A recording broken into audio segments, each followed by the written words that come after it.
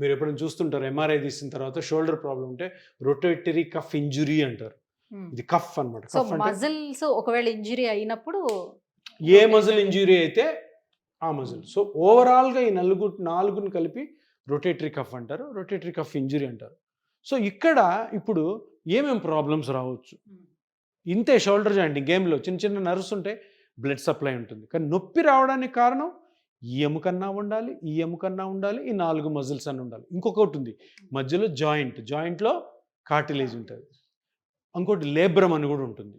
So ఇన్ని స్ట్రక్చర్స్లో ఏ problem వచ్చినా కానీ నొప్పి వస్తుంది. సో ఆ ప్రాబ్లము ఎక్కడ నొప్పి వస్తుంది, అది దాని మెజర్మెంట్ ఏంటి, ఏ పార్ట్ డ్యామేజ్ అవడం వల్ల ఎంత నొప్పి వస్తుంది, దేనివల్ల ఎక్కువ నొప్పి వస్తుంది అన్నది కనుక్కోవాలి.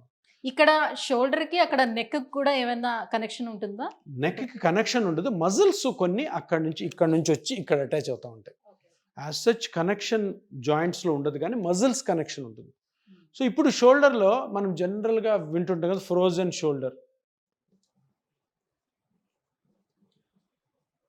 ఫ్రోజన్ షోల్డర్ అంటే ఏంటి? చెయ్యి పైన ఎత్తలేకపోవడం, నొప్పి ఇట్లా ఎత్తుతూ ఉంటే ఫ్రీజ్ అయిపోతుంది. సో ఆ ఫ్రీజ్ ఎందుకు అవుతుందంటే, ఎప్పుడు కానీ ఫ్రోజన్ షోల్డర్ అనేది అల్టిమేట్గా షోల్డర్ మొత్తం అరిగిపోయిన తర్వాత, దెబ్బతిన్న తర్వాత ఎత్తలేకపోతేనే ఫ్రోజన్ షోల్డర్ అంటారు.